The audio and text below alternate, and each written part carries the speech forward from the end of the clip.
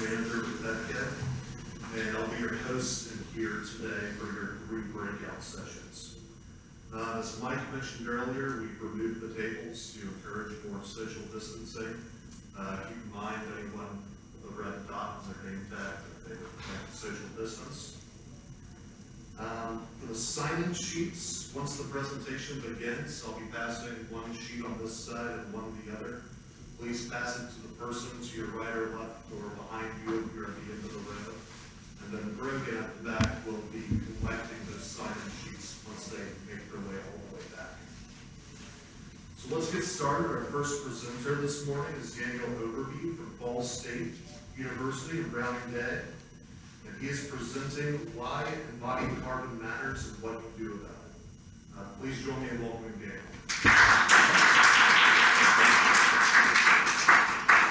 So, who took Andy's advice in the keynote and you're outside of your comfort zone and you know nothing about embodied carbon whatsoever? All right, about half the room. So, I think you're in the right room then, because I am building this presentation to try to define the carbon issue and put it in a bit of a context. We've got 2 sets of learning objectives here, one for the AIA credit and one for the GBCI credit. We're slightly different, but they're all covering the same scope, so I'm probably not going to read this verbatim to you, but make sure you check the boxes here with the sign-up sheet that's going around. You'll get your BDNC, lead credit, and your AIA credit. So what I want to do is go through very briefly here this morning, try to do this in about 50 minutes. And brave souls, by the way, I want to talk about embodied carbon and get into the data at 9:15 in the morning here. But I want to start with a bit of a global context and talk about carbon at that scale, define it for the building sector itself. Then really pivot toward how you model and measure embodied carbon and try to give you all a frame of reference for what I think when I look at the report outputs are pretty confusing metrics. I'm used to dealing with several types of metrics as an architect, but I'm not so used to working with kilograms of carbon per square meter or pounds of carbon per square foot. So I'm going to try to put that in a bit of context for everybody and show you a workflow pathway to model that in context. And then to bridge this to the morning keynote, talk about product transparency. Perhaps many of you are familiar with things like environmental product declarations, documents you can get from manufacturers that talk about life cycle environmental impacts and what does that mean as it relates to all of this, and then try to tie it all together into this notion of total carbon intensity. So I'll start with this global context, and by the way, I trick one from this guy. If you want these slides, just let me know. I'll send you a business card, and by the end of the day, I'll send you the PDF tools. So you have to worry about jotting down the probably 2 hours worth of data that I'm going to try to throw at everybody. But we're basically on a carbon binge. We're playing a game we've never played before here. What it means when you put 36.42 billion tons in the upper atmosphere as of last year. You can see going back to the Industrial Revolution, and this is broken out to maybe hard to read it in the room, but different parts of the globe, and their contributions to the total carbon emissions in the world, and what's going to happen here. This is an experiment we've never played before. But try to contextualize carbon, try to measure it, keep this idea of 36 billion tons per year. It's like turning on a faucet.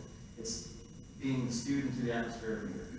If I were to do a tree map and break this out, the same data, this is 2019 data, so it's reported in 2020. You can see China, the United States here, that's 5.28 billion. You can look at different sources and you'll find some numbers that vary a little bit based on the methodology and scoping, but in general, seeing the U.S. contributing about a little bit more than 5 billion out of that, more than 36 billion.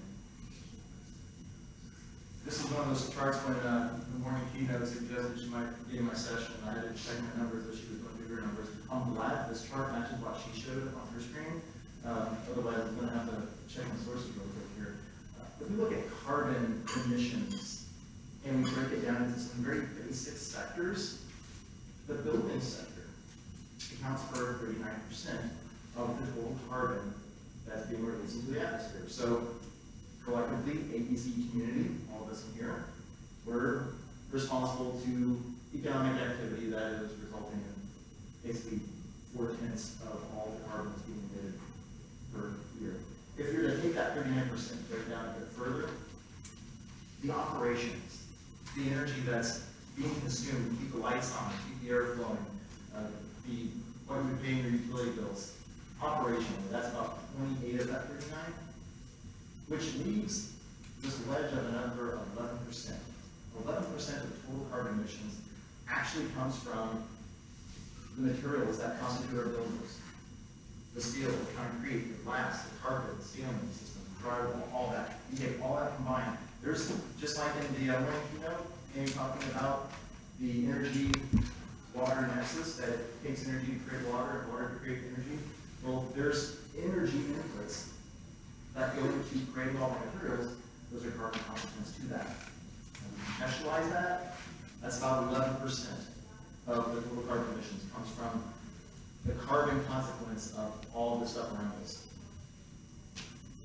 So basically every month internationally, we're having a New York City worth of construction happening. And we're just building our first phase internationally, and this is to the tune of about 4 billion tons of CO2 per year. If we took the United States in particular, we say, okay, here's that 5.28 billion, we'll break it down. That embodied portion of it is a decent chunk, about 0.6 billion tons. The operational from our buildings, see here, a really big chunk. So you can see this in context here. You're thinking to yourself, okay, we have an opportunity to affect the contribution of carbon emissions for the country in a global context even. You'd be correct. It's also, you can see, not going to get us there by ourselves. It's not, we can't move this by ourselves as an AEC community. It's going to take more than just us addressing embodied and operational carbon, but it's a necessary piece to the puzzle. What's interesting too is that projections show that we will continue to use as much energy, if not more, across a variety of sectors. I took some numbers recently looking back to the 1970s. Residential per capita energy use has basically gone up a little bit. So for all of our Energy Star refrigerators, all of our increased insulation and air tightness with our buildings, we've also added more gadgets.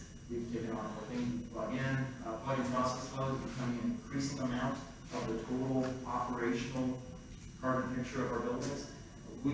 It's Jevons paradox. It's the same principle in economics that when gas prices are low, we drive more. When gas is more expensive, we drive less. We tend to have this give and take. It's a bit of a human nature thing. So we will continue to use a lot of energy, and this is going to result in a lot of carbon. So you can take a few different sources, and this is just to qualify that earlier number, about 5 billion.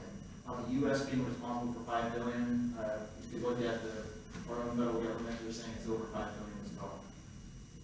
And so, again, this is what I was talking about with projections. If you look at energy-related CO2 emissions, we do project that as we start to decarbonize our grid, we start to latch on to fuel sources, we will start to see this go down. There are notions right now at various levels of government about how aggressive we can get there. Can we truly decarbonize? Can we decarbonize by 2050? But if you look at the energy industry and you look at all the different models in their outlook, almost all of them say we will be living with fossil fuels to a certain degree for the foreseeable future. It's a matter of how much we can tamp that down. It's important, I think, to keep be realistic about what we can do here, because it's going to take the aggregate effect of all these different strategies to try to reduce carbon as much as possible. We should try to advocate to clean the grid as much as we can. But the building sector, again, in the U.S. alone, so I gave you those global numbers, domestic was 35% of our carbon emissions in the country come from the building sector. So let's define embodied carbon in our buildings very briefly. I need to draw a bit of a distinction, two basic principles you want to be aware of whenever you think about life cycle assessment of your buildings or your products. Make sure you keep in mind the scope of the study and the scale, the changes of the study. So first, the scope. It could be, when you're talking about the embodied carbon, or looking at the life cycle of environmental impacts of your building, be mindful that sometimes, if I were to give you some embodied carbon data of a project I'm working on, right now with the methods that we use, we're looking at the structure in the building enclosure. We're not looking at our furnishings or finishes in the interior. We're not looking at any of the indoor carpentry. We're not looking at the mechanical systems. Why? Well, right now, the tools and the data sets are still emerging. And right now, we're working on a lead project, lead version 4, not 4.1, but version 4. Actually, so for the last several years, has called for just looking at the structure and the enclosure.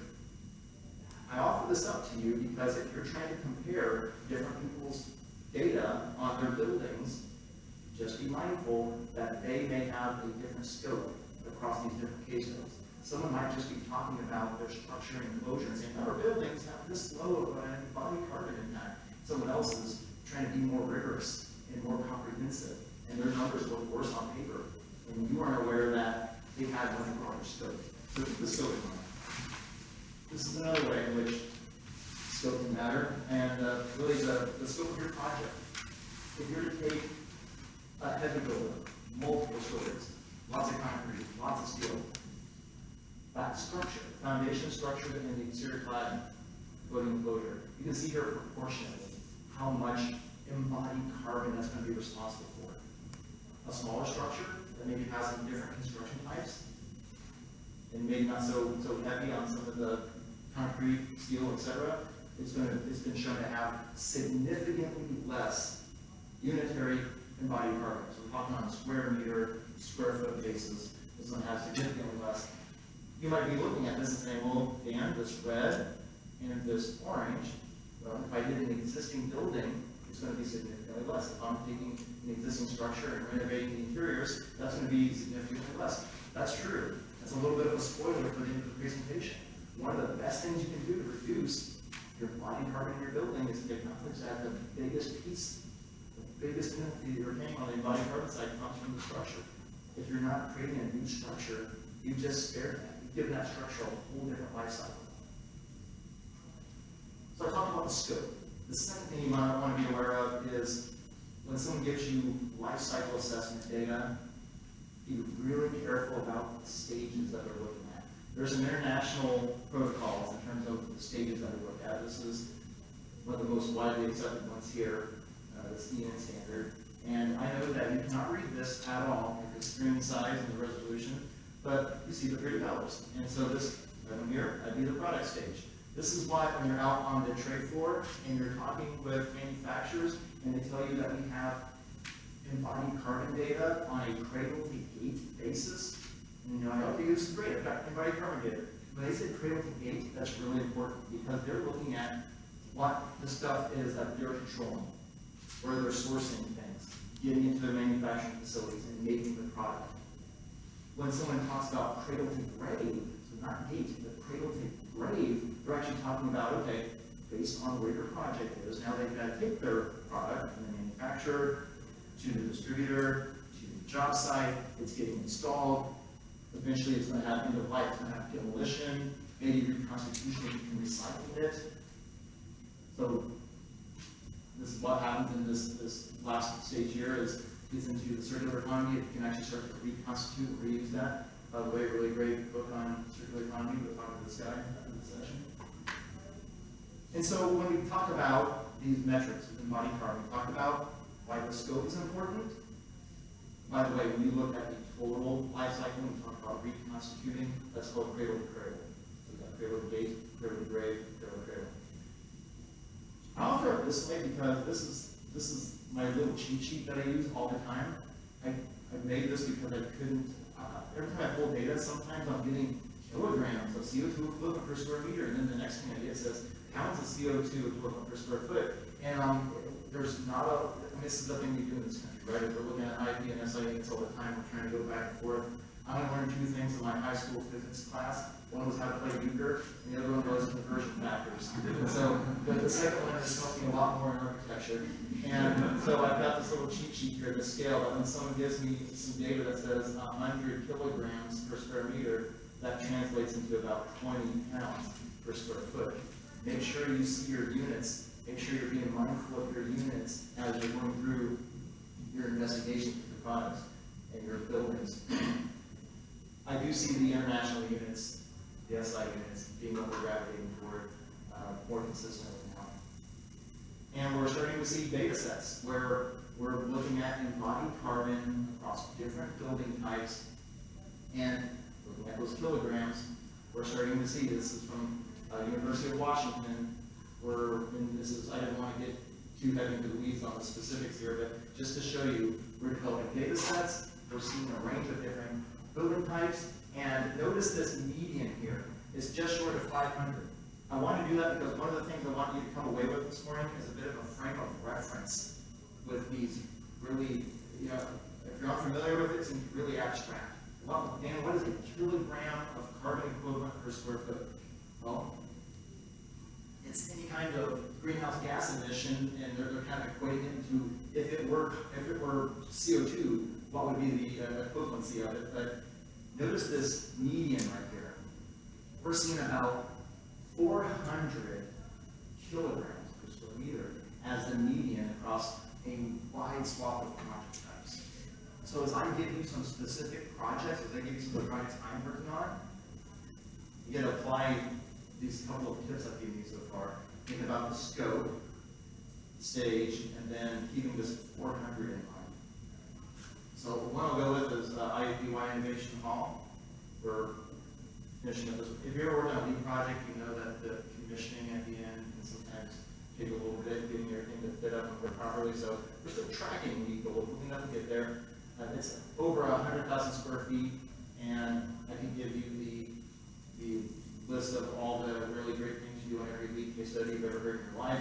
But what I really want to get into is to now give you a bit of an example, and within this frame of context, these kilograms of CO2 on a square meter basis. So embodied, we had 499. So I told you that across a wide range of projects. University of Washington sees something in the 400 range. So this is kind of in that range, but it's kind of on the high side. We didn't really succeed in optimizing this as much as we could. If I'm being honest, embodied carbon, if you want to optimize embodied carbon, you need to bring that issue to the table early, just like you would with your energy model, and walk that through the entire process. If you wait until the end and just kind of baseline what you've got, you're going to have a number like 500 or 600, or as you'll see in another project of mine, almost 1,000 if it's a heavy building. But then also with this operational, if I take the based on location, fuel mix, how much energy it's using, operationally 275. And if I had an hour and a half, I would take this portion of the presentation to go really deep into the rabbit hole in terms of all of our concrete mixes, because we looked at it on paper and we said, okay, the concrete is a big deal. That is where we're having so much of our embodied carbon coming from, and we're looking at the mix types. We're looking at our structural 6,000 PSI, we're looking at our 2,000 PSI, we're looking at all of the constituent parts, and looking at how much the Portland cement is, and the 6,000 PSI, it has to be more, the 2,000 it's less. We're trying to displace some of it. That little orange sliver is where you have fly ash in there. They're trying to displace the Portland cement, which is so impactful on the embodied carbon side. If we did a tree map again, you start to see it like a little graphic, little tree maps. That Portland cement, this is averaged across all of those mixes on the project, was about 7%. We displaced 2% of it though with fly ash. Here's what's interesting too. Indiana, won't surprise anyone here in Cincinnati, we use a lot of coal. Increasingly displacing with natural gas, but we've got a lot of fly ash to use in our mixes. Turns out I couldn't actually spec any of our local fly ash. Now this was a revelation to me. The quality of the fly ash that we needed for our mix required us to go all the way to Festus, Missouri to have the proper type of fly ash for our concrete mixes. I hear a lot of information and a lot of people talking about ways we can green concrete right now, and even having like CO2 injection, which on this project resulted in about a 1.5% reduction. I think there's still a lot of work to do with optimizing concrete. I don't think we are having a completely honest conversation with ourselves on how complicated it is to try to green concrete. Again, that's a conversation for another day. Let's go back to that first year. Okay, here's my 499 kilograms per square meter. So it's like EY, it's on a per unit basis. Here's my 275. Yeah, that's First year of operation, it's about a third of the total carbon picture. As I look down the road, 10 years, this is cumulative fiber ranks. This is a 0 to 100%. So if I just keep adding every year, operational carbon, operational carbon, operational carbon. By the time we get to presumed end of life, standard practice, 60-year life for structures, hopefully all of our buildings last more than 60 years, that initial embodied carbon hit that we have on the project at 499 is now less than 5% of the total carbon for the project. So yes, over the long-term life of your building, the embodied carbon is a blip on the radar. The issue is we're racing against time.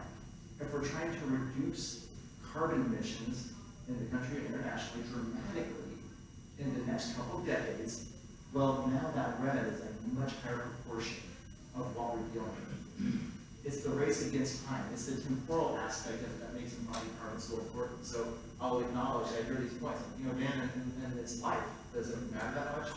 60 years from now, it's not going to be that much. But we're trying to fight the clock.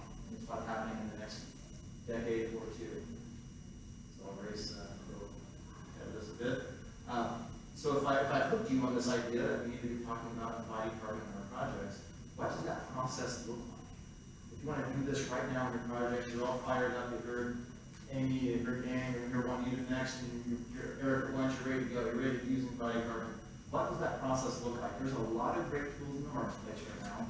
We saw this happen with energy modeling about a decade and a half ago, where you're getting now data sets and really accessible tools available to you at your fingertips. I've named a few here, ones I'm familiar with. Probably a few of you in the crowd might be aware of some other tools, and you're out on the floor over here, you may hear about some additional ones. Amy mentioned EC3. I've used Tally in particular. If you are an architecture engineering firm that's a part of the AIA's 2030 commitment and you're reporting your building energy use, as of last reporting cycle, you can report your embodied carbon as well. I would encourage you to do so.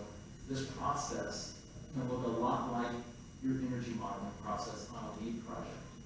That at different project milestones, you're checking your numbers. And I'm going to show you some of the synergies you can achieve by implementing these tools into your workflow and what you can do. Can I get a LEED credit for that? Yes, you can. You actually get a participation point now just for baseline this.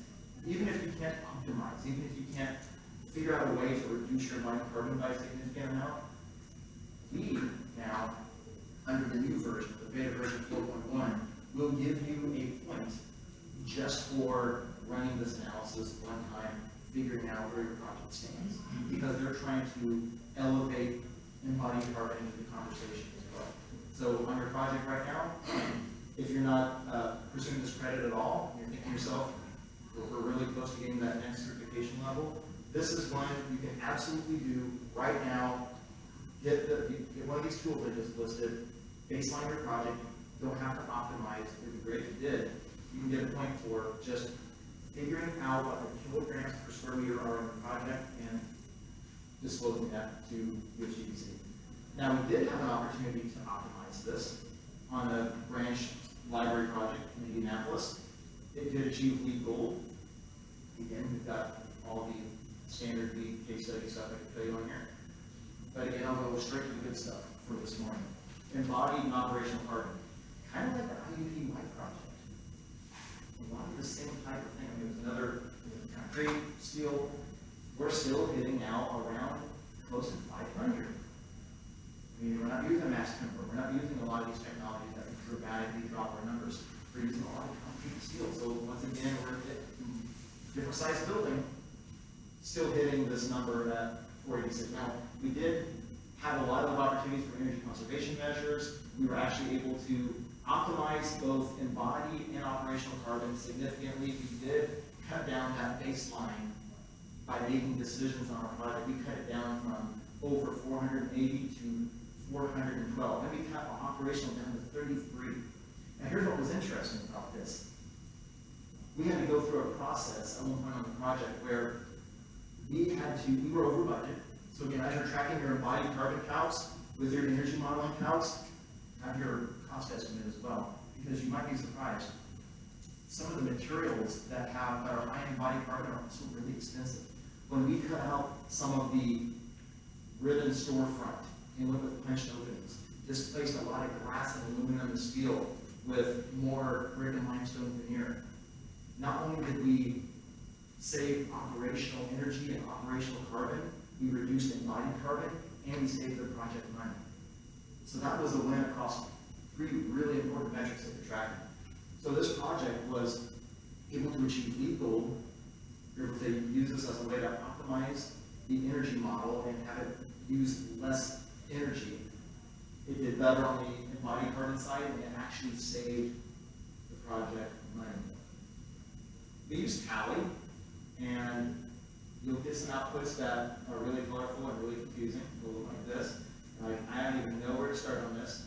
If you start to just geek out and study it a little bit, you'll notice some similarities with these categories at the bottom, with that stage diagram I showed you, with the different stages that they're looking at: the manufacturing stage, the construction stage, end of life stage, and they're looking at each of these columns is a different environmental impact category. So it's, when you do one of these life cycle assessment programs, they'll give you embodied carbon, but they're also going to give you a short list of other categories of environmental impacts, and that's why you have this on here. So if you look closely at this, and there's no way you can because I have to get within 2 feet just to read it myself, global warming potential, kilograms of CO2 equivalent. This is my embodied carbon column. It's that one right there. These are those categories again. Here's our global warming potential. That's embodied carbon. We were actually able to optimize, reduce the embodied carbon by 15%. The current LEED credit calls for a 10% reduction. The new version of LEED 4.1 pushes that further. They want you to do 20%. It's more aggressive. Having gone through this process, trying to optimize the old version of LEED, we can get past that now. I'm pretty confident every project now, we would have an opportunity to try to optimize if it's part of the project goals from the outset. 20%, that's going to be more challenging. That's why LEED has its acronym that it does. So it's trying to push things a bit forward. So again, able to optimize. We added fly ash to the concrete. We reduced structural steel, reduced cantilevers. We displaced curtain wall. We changed XPS and fiberglass insulation with mineral wool. We supplanted limestone for brick, and we were able to optimize. So that was a project where I felt like we actually realized that goal of optimizing for carbon because it was part of the discussion the whole way through. Another project in Indianapolis. This is a multi-story lines here. This is a heavy structure. I'm in tracking. I'm hoping this will be LEED Platinum. It's 160,000 square feet. It's doing a lot of things right. It's got on-site solar. It's the envelope is fine-tuned. I could talk to you for an hour about this project. All the things it does from a sustainability standpoint. One thing I probably wouldn't brag about though is the 969 kilograms per square meter of embodied carbon. We did not optimize on this one. Although try to redeem a little bit of credit later in 63. But this is why I love these spaces, right? Is I'm in a room where I think it's constructive to just lay out the cards, not BS all you. Like, here's a LEED Platinum project with almost 1,000, like double what Carbon Leadership Forum said is kind of a mean. We're able to optimize. Still a big one here. So I've kind of reached this point with my work where I can identify projects by their embodied carbon footprint. But so that's Infosys right there. So IAPUI, library. But all of these, this gets back to one of my earlier tips to everyone. The scope matters. I'm using the same colors so you can kind of relate that. This is the structure, so Infosys, it was the structure, it was all the concrete, it was primarily concrete structure, and then the enclosure. What do I not have here? I don't have the interiors, I don't have the mechanical systems, I don't have miscellaneous items that were being really comprehensive. We add FFE, I don't have any of that in here. So this is part of the discussion now, is you can do this today. I would encourage you to try to broaden that scope and take on more parts of your building. Again, University of Washington data, You can see that median again, just under 500. But look at these products. I mean, there's some, this is 2,000 right there. Got some that are way up there. I mean, way high. Some outlier products that are, I mean, here's 1,000. Here's where this was. You have several that are way beyond that. So when you contextualize this across office type, multifamily, all these different building types, you can see also there's some trends with certain types of structures, certain types of projects, and the range that we're seeing with the body part. So this gets into part 4, moving timelines. Good. So 4 out of 5 here. The role of building product disclosures. When you're on the trade floor, you're talking about environmental product declarations. There's actually a whole bunch of different types of transparency docs. You can pull these docs. These categories, I know you can't read this, these categories are the same impact categories that I showed you on the library project. They're standard. It's the protocol, whether it's Tracy or one of the other methodologies. You're pulling information on global warming potential. Here's your kilograms again. Acidification, trophication, these are the same. But it's like a box of Lucky Charms with a nutrition label. Just because they're giving you the nutrition label doesn't mean that it's healthy for you. So the same sort of thing when you have a product, and just because you can get an EPD or a health product declaration, just because you can get these transparency documents, doesn't mean that the products have been optimized for embodied carbon or any of these other environmental or human health impact categories. But when you pull this data, these are not the most exciting documents to read. Make sure that you're getting one that is actually of this third type. There's various types of environmental product declarations. Type 3s are when you actually have an external third party review the methodology and the data and verify that it's been done to the international standards, the ISO standards that they're purporting to use. And when you, I'm going to zoom in on just this example product interface here, this is not a fun table to read. This will make your eyes glaze over. This is one of my frustrations. Let alone if you ever try to compare like an interface carpet tile with a Mohawk carpet tile and you're looking here, like I heard Dan say, I need to make sure I've got all the same stages and stuff. Those it looks like they line up, they'll still say, whoa, whoa, whoa, whoa, you can't compare these products. This is what drives me crazy. If I can't pull EPDs for 2 similar products, even do my own sort of due diligence of checking the stages and making sure they line up, manufacturers still give me this really fun, like 2-page email about why it's not an apt comparison. So this becomes frustrating. I look at this, and that's what that GWP, that's global warming potential, there's my kilograms again. And you can see here, this underscores that earlier lesson. There's that first stage A, cradle to gate, cradle to grave, cradle to cradle. If you take your E stage over here, look, notice that. These are negative numbers. But you add up all these numbers. So if you're getting just stage A from a product manufacturer, you're not getting that total picture. So when Amy talked about EC3 Tool, this is what's really exciting about this tool. So I did my embodied carbon model. I used Cali, I used Athena, I used one of these tools. They're pulling from broad data sets, but as your building is being constructed, as products are being procured, now I know I've got an Armstrong laying in the ceiling. I have an interface carpet tile. I know with specificity now what I'm using. If we have these transparency documents, theoretically, I can swap out generic broad data sets with product-specific data and get a much more accurate picture of my building's true embodied carbon impact. That's what EC3 does. Use this during procurement and construction. It's going to allow you, not during the design stage, it's not during schematic, design development, construction documents when you're using a product like Tally, but when you jump over to product procurement and construction, now you're actually using something like EC3 Tool to swap out broad categorical data with product-specific data on your specific project, your specific location. That's going to make the numbers much more accurate and reliable. So gauging total carbon intensity now, this is kind of the home stretch on everything. Bear with me. I've seen over, it was by Amy's talking about like transfer of knowledge, and you need to be better about generationally transferring knowledge so you don't just keep repeating the cycle. But I do see in some areas like energy, there's been this evolution of energy in the discussion. It used to be this, or even daylighting too, a very simplistic conversation about, remember you see energy cost. Dan, all I care about my lead project is the energy cost savings. And then we thought, well, you know what, the cost is important for a building owner, but when we're looking at the environment, we really want to understand the BTUs, the kilowatt hours. Let's look at the actual energy use intensity. And then we got even wiser there. Now we're going to have a third generation of the energy efficiency conversation. We said, it's not even enough to know how many BTUs, because I don't know if they're clean or dirty BTUs. Well, what are my fuel sources? What am I pulling from? What is the carbon intensity of my energy use?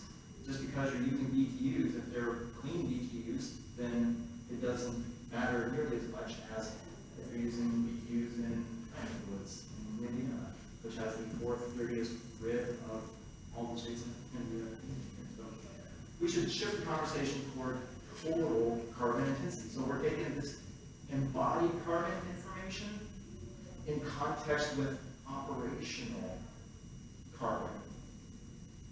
Going back to the earlier points about in the U.S., 5 billion tons, 28% of that is from the operations of our buildings, 11% from the embodied carbon of our buildings. This emerging data, getting back to those kilograms again, I've shown you 400, 500, 1,000. If you look at the broad data sets, 1,000 is, you really want to be much less than 1,000. I'd say try to get in that 300 range, and get down to under 150, you're doing spectacular. You're probably renovating an existing structure, and to the degree you need to add additional structure, you're probably using engineered wood, something like that. So you cannot improve upon that which you don't measure. We all know that adage.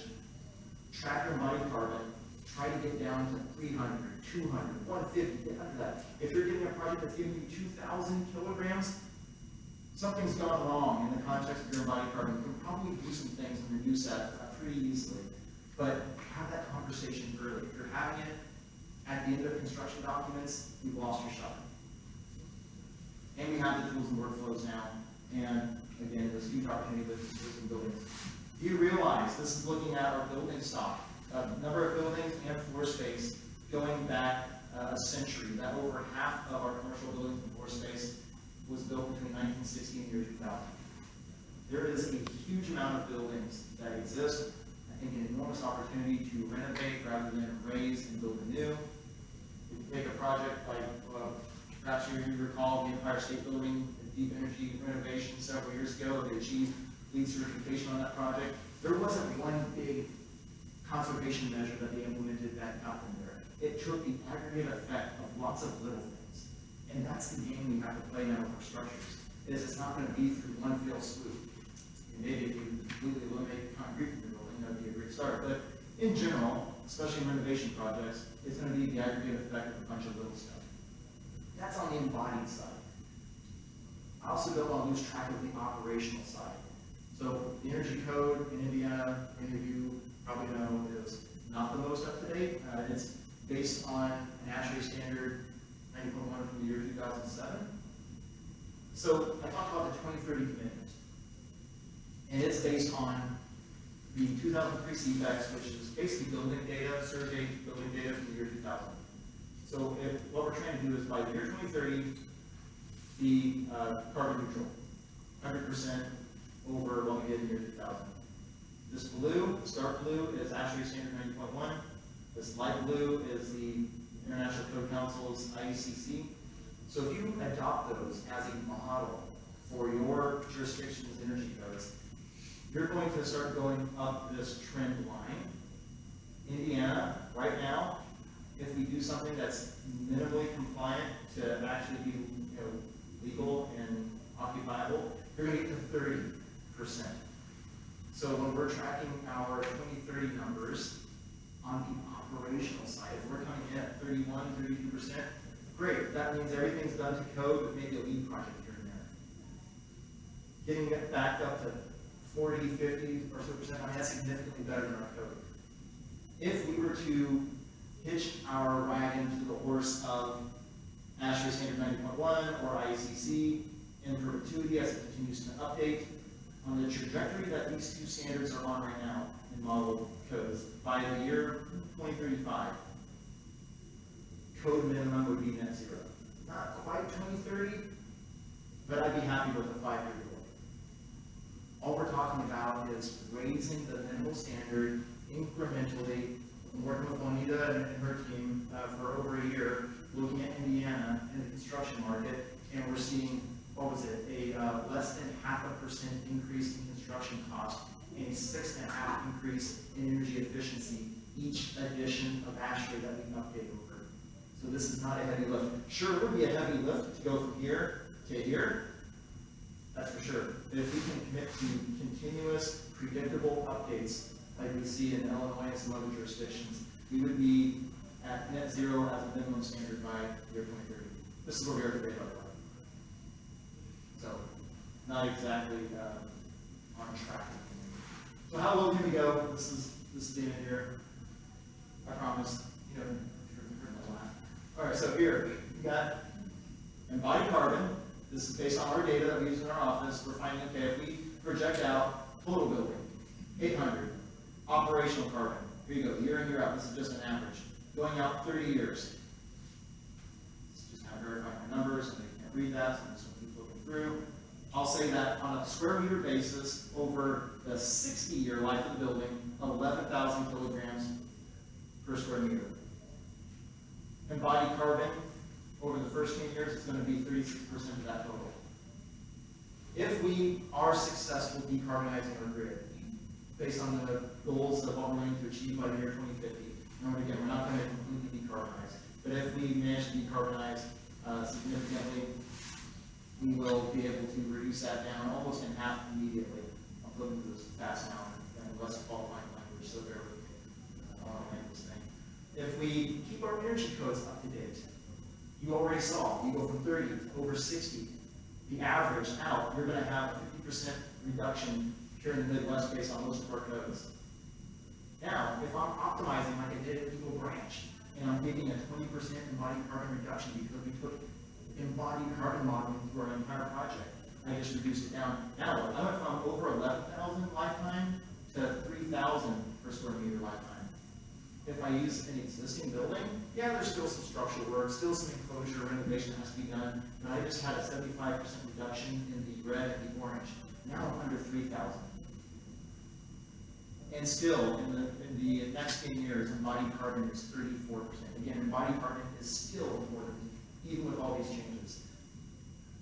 But what we're talking about here is, I think, within our grasp, without doing something that's going to just kill the budget on a project, get to a 30% reduction, but it's going to take work at a number of scales, some of which is beyond the purview of your project. It's going to require decarbonization, et cetera. But if you're seeing these stats, to recap it, electrification and grid decarbonization by 2050, keep our codes up to date, optimize for embodied carbon, what we're talking about specifically is a 20% reduction in carbon, prioritize renovation. If we do those things, we would cut down U.S. emissions by 29%, saving 1.5 billion tons. If you want to learn on how we go the extra last leg and get to zero, and talk to Eric right here, he's got a whole book about it. We're going to have advanced refrigerant technology emerge and become marketable. We're going to have on-site renewable energy. We're going to have a smart grid, battery backups, including our EVs. And on the embodied side, we need to do something about that concrete. We need to start using carbon sink materials when possible. I'm going to do time-wise. All right, so this is nice and quick.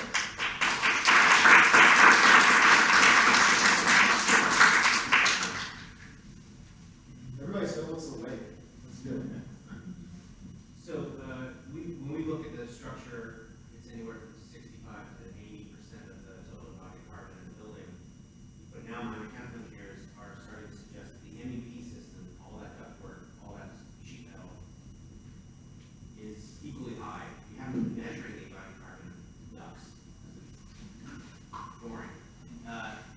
But have you started to play with those numbers? Because you're still kind of the same place I am in looking. Yeah, we're just looking at broad data sets and projections, not the parts that are outside of the scope that we usually look at. So Eric talking about, how do we know, are we any closer to knowing exactly how much embodied carbon is in our mechanical systems, the sheet metal, all this high embodied material that goes into our units and such, and not seen that data. I don't know, Juanita, have you seen any of this data emerge? No, but, no, I think that you're looking at two different solutions. Yeah, this is emerging data right now. 10 years from now, we're gonna have a much, we'll get it in 15 years. I'm saying over the course of time, we are figuring out as a collective here, how much these other parts are. Yeah, it could be that we are grossly underestimating the mechanical system component, and actually we're emitting more than we think we are. That is quite possible.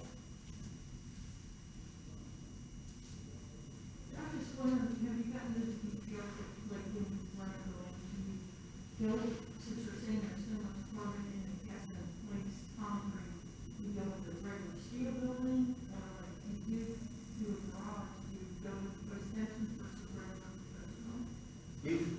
So my structural engineers love that they finally have a lead credit to contribute to, because now I'm not over a high performance project where we're looking at this and we're doing a team's meeting and pulling up tally and we're saying, okay, so we're looking at, yeah, those different numbers and how much rebar and the size of it and the spacing and the concrete mix and how much of it, all of it's coming into play, but it's still very broad based. And that's the part that it's kind of like our energy models on the performance side is we're using schedules and we're using lots of projections that may or may not be true. I think probably many of us in the room have probably had that moment where you're finding out that your buildings in operation aren't doing as well as the energy model said that they would. It's because we just created this nice, shiny new high performance project. And also, Peter Rumsey, remember the 9 out of 10 buildings have a problem with their mechanical systems in the first year of operation. So they're with Amber stuff, something wasn't programmed right. Well, in your energy model, it works perfectly. So yeah, those decisions matter. We're still making decisions based off of broad data, and we're finding that the closer we can get to implementing project-specific information, the better off we'll be. And we're probably not moving there quick enough that things, as you can see, things are happening, we're getting better at it. So the question back over here. Yeah, regarding concrete, I read an article a few weeks ago about specifying Portland limestone cement, which evidently is a pretty low-hanging fruit idea to get the body carbon down and manufacture cement. Do you know much about that? So we've been talking with our structural engineers about where we can take down the Portland cement. We're finding out of everything that goes in the concrete, the Portland cement is the #1 thing. It is at a whole order of magnitude more than the embodied carbon. So even if you can cut that down by a quarter, it's going to be significant. So if you can get slag, you can get fly ash, doing that stuff. What I found talking with my structural engineers is we're kind of pushing on some things that, I mean, when you're displacing the Portland cement, there's some concerns about the integrity of the mix at some level. And I don't know if there's a structural engineer in the room here who can clarify this better than I can, but it's, especially on a structural mix, it's 6,000 PSI mix, we couldn't displace as much there, whereas the non-structural mixes, they were more comfortable saying, oh yeah, go ahead and put in 20% fly ash and let's do this and that, and because there's not a health safety issue in play. Yeah, so Daniel Lessing with BHDP Architecture. We did 2 Toyota projects, one up in Michigan, it's a lead flat conversion for first one in Midwest. But anyways, we got the LCA credit, not just the participation trophy. And what we did was pretty much pull all the cement out of the job with fly ash 100%. And we had local fly ash that helped from Michigan. And what we did actually was do cylinders and brakes because our concrete batch plant was telling us it wouldn't cure. And what we found out was instead of being able to put, and this was for our auger cast piles, this our main driver, slab on grade as well, slab on deck as well. But they were worried that the cure wasn't going to happen, and we started doing these brakes, and we got to 6,000 PSI. Just instead of it being in a week, it took a month. And what we found out, and we worked with our general contractor, was like, are you going to be putting steel on these auger cast piles in 4 weeks? And so we need to be erecting in 2 weeks based off the schedule. And then we went back to our structural engineer, said, okay, you know, a column is not the full loading of the building, right? So if we actually just have columns and superstructure, like, are we loading that 6,000 PSI outer cast pile beyond a 2-week break? And the response was no. So in the grand scheme of things, we didn't impact the schedule, and we had, you know, very limited cement and pretty much a fly ash is hard to So this is why I'm glad we're back in person. Like, this exchange is the value of us assembling in person. So there you've got someone going deep in this. You know what this reminds me of is 10, 15 years ago when we were working in energy modeling into our design workflows and convincing my mechanical engineers that the shading devices really can cut down the tonnage. I had those days where really at the budget, damn, we're going to cut out the $600,000 exterior sun shading package. Ooh, what's this going to do for the tonnage? The mechanical engineer says, this is a true story, by the way. It's like, oh, well, we figured it was going to get beat out, so it doesn't change the tonnage. Don't worry, man, it wasn't one of our projects back in the day. It's just like, really that killed us. It's having engineers who are willing to think outside the box and count on some of that, because that was an issue back then too, was like, you gotta be a bit bold with some of this and do some non-standard mixes and some things different. But I think the big thing, and you hit on it, right? We were having this conversation before SD, like we were in concept phase, right? And we're doing the preliminary LCA, and we had a CM on board who had access to the batch plan, right? So at that point, they're just supporting from a pre-con standpoint, and then we asked them to go do a bunch of breaks, right? And because the structural engineer thought it was crazy, the general contractor thought it was crazy, and so we got the breaks and understood that it'll get there. It'll get to its strength requirement. It's just going to take, 4 times as long. But 4 times as long as 1 week versus 4 weeks. In the grand scheme of things. I have a theory that a lot of engineers won't be comfortable going outside of just the standard mixes that they've always used. So I think the more we can share this kind of data, these stories, and these methods, and have projects built, and I think that's how we can start to get there. Because yeah, the concrete, the steel, you got a curtain wall, the aluminum, the glass, these are the big things. Do you look at embodied carbon only on projects meet requirements, or are you looking on every project that you do? I would like to say on every project I do. In reality, it's we're getting faster at it. It's really difficult on a spec multifamily project that's not valuing that, and they're not going to pay for it, and we're already squeezed on feet. So it becomes kind of like other layers of reality that we're struggling with. Definitely on every single high performance project lead or otherwise, because we've got the tools, the workflow, and it's appreciated. And we're pursuing a project right now where the client is in the RFP wants to talk about embodied carbon, which is great. Like, well, we don't have to introduce this now. Like the client started to come to us and ask for it. So I think the fuse is lit. Things are starting to happen, and both on the energy modeling and embodied carbon modeling side, I'd like to see us implement that. And what helps a lot is actually that design data exchange, that AIA data set we annually report, and you can see, especially with COVID, when there's working remotely, we're finding you can sometimes do more focused work. It's more difficult to collaborate, and so we were seeing this slow roll down in the projects which we were doing this modeling on. You have to have a more concerted effort to reach out to projects and make it happen. I can't affect the projects that happened. I didn't even know about it. I hadn't seen anybody on the team in 6 months. Like, that means, it's already breaking ground. Huh? Great, right? So, it's kind of a moving target. The goal is to do it on all of them. And it's these iterative, quick, accessible tools that are going to help us get there. But there's definitely a learning curve to it. But it's not hugely difficult. I'm not a structural engineer or a mechanical engineer, but I've been able to get my hands into this stuff and collaborate with my engineers on jobs. And it might be sharing a team screen, it might be in Sapphire or a Coach Tool. We're actually sharing the project in the cloud and getting in. We have different knobs and levers on the operational energy and carbon side. So it's the tools and the workflow that will get us there. All right, one more question. Amy, what do you think?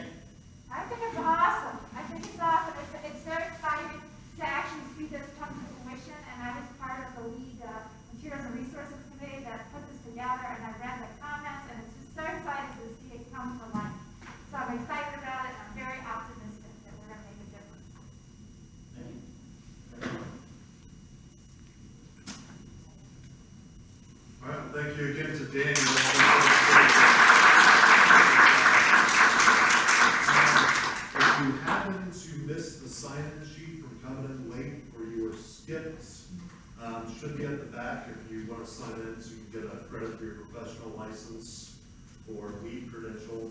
Other than that, we have a break now until 10:45 for the next session starts, so you can use that time how you want, check out the